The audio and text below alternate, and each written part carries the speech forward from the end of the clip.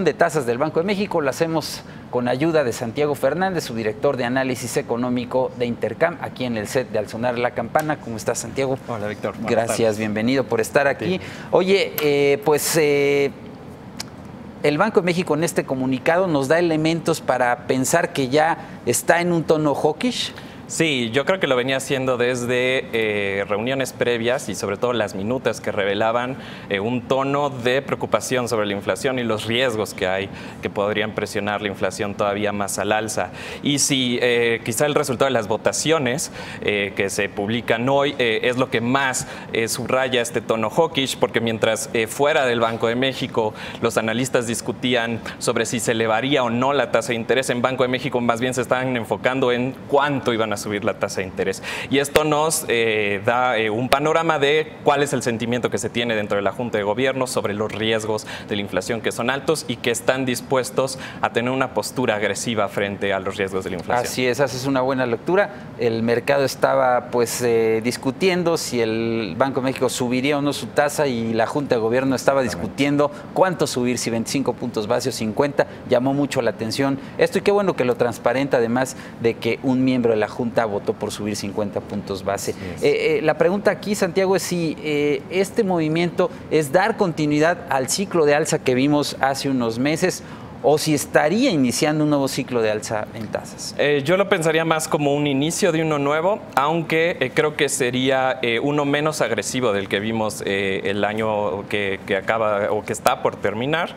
Es decir, yo creo que sería un ciclo de alzas que estaría mucho más dirigido de acuerdo a los datos de inflación que se vayan publicando, y si los riesgos que ve el Banco de México en verdad están teniendo efectos al alza en la inflación, porque muy probablemente en enero veremos por efecto aritmético caer la tasa de aceleración de los precios de la economía, pero será importante ver si permanece dentro de la trayectoria del Banjico. En la medida en la que la inflación no permanezca dentro de la trayectoria estipulada por el Banjico, entonces seguiremos viendo alzas de tasas de interés. ¿Se vuelve a empatar con la Reserva Federal? ¿Mantendrá este vínculo? A mí me parece que tiene menos margen el Banco de México para mantenerlo, sobre todo porque cada alza en la tasa de interés amenaza con tener un impacto negativo en la actividad económica del país, que ya en el último trimestre sufrió una contracción y está teniendo problemas graves, sobre todo en cuestión de inversión. Entonces, para no desacelerar más la economía, quizá tendría que ser un poco más cauteloso y no seguir al pie de la letra la Reserva Federal. Entonces, este comunicado pues también da alguna señal de que podría volver a subir la tasa, ¿no? Porque al final como que lo enfatiza, ¿no? Estará atento a los factores de riesgo. Sí, al menos el mensaje que envían es que lo contemplan, ¿no? Como una posibilidad y que podrían haber futuras alzas el próximo año. Y esto me lleva a preguntarte también, otra idea que tenía el mercado antes de este movimiento era que en algún momento de 2018 podríamos ver una baja en las tasas de Banjico. Sí.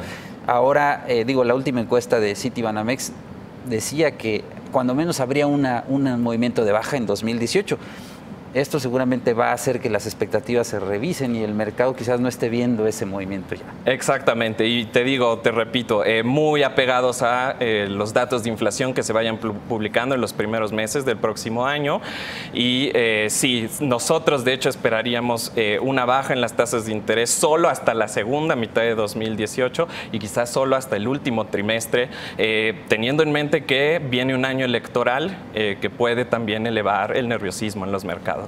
Está en la línea Jorge Gordillo, director de análisis económico y bursátil de CI Banco. Jorge, todavía no está listo. Jorge ahora se enlaza con nosotros. El comunicado también, no sé si sea la palabra, Santiago, nos da una idea de que la Junta está un poco pesimista sobre el comportamiento futuro de la inflación. Yo lo que vería es que más bien no está cumpliendo sus expectativas que ellos se plantearon una vez que decidieron detener su alza en las tasas de interés, y se ha visto en la necesidad de reaccionar oportunamente para evitar que se salga de la trayectoria que ellos pretenden, que es que logre alcanzar su objetivo del 3% más menos 1 a finales del próximo año. Podríamos decir entonces que tardará más tiempo de lo esperado converger a esta meta del 3% más menos 1 punto, ¿no? Sí, y probablemente lo haga, y de hecho el Banco de México en su reporte trimestral de inflación hizo un ajuste diciendo que la inflación no alcanzará su objetivo sino hasta el cuarto trimestre del año 2018, aplazando un poquito esta tendencia a la baja de la inflación. Y bueno, el Banco de México habla de otros riesgos en su comunicado. También dice que el balance de riesgos para el crecimiento pues también no se ve bien, porque hay otros elementos en el entorno, ¿no? Básicamente la renegociación del Tratado de Libre Comercio, el proceso electoral en México y la reforma fiscal en Estados Unidos. Así es, y bastante interesante que en el comunicado de hoy incluyen la reforma fiscal como un elemento de riesgo que podría presionar el tipo de cambio, provocar reacciones específicas en los mercados que vayan en detrimento del tipo de cambio y por ende de la inflación. Y eso es algo que me parece no habíamos visto en comunicados previos. Oye, una tasa más alta. Vimos hoy una reacción interesante del tipo de cambio porque en cuanto salió la decisión de Banxico, el peso se empezó a apreciar, incluso rompió el piso de los 19 pesos por dólar, pero luego se regresó, ¿no? Entonces aquí creo que una tasa más alta, de alguna manera, pues sí es positiva para el peso, como ya lo vimos hoy, pero no tanto para la economía. Sí, exactamente. No tanto para la economía, y también hay otras fuerzas que están presionando al alza al tipo de cambio, ¿no? Quizá no se había descontado del todo esta alza en las tasas y por eso vimos esa primera reacción a la baja en el tipo de cambio, pero tenemos todavía las expectativas de una reforma fiscal en Estados Unidos que está en la antesala de ser aprobada y que continúa presionando al alza, y vienen ya en enero la sexta ronda de renegociaciones del Tratado de Libre Comercio, donde los riesgos de que Estados Unidos se levante de la mesa porque México y Canadá no quieren discutir o no consideran pertinente discutir las propuestas que ha planteado, podrían elevar más los riesgos, ¿no? Entonces yo creo que esas son las presiones que, a pesar de que hubo una corrección en el tipo de cambio por el alza de tasas, aún el tipo de cambio lo vemos elevarse. Pues se pone interesante. Además fue, Santiago, la primera junta de gobierno que toma una decisión de política monetaria con Alejandro Díaz de León, ¿no? Entonces muchos lo ven como se estrena con un alza de tasas. Exactamente, y de manera firme, ¿no? Recalcando, subrayando cuál es el mandato principal del Banco de México y con decisión de combatir la alta inflación. Santiago Fernández, muchas gracias por estar aquí. A ti, Víctor. Bienvenido, como siempre. Gracias.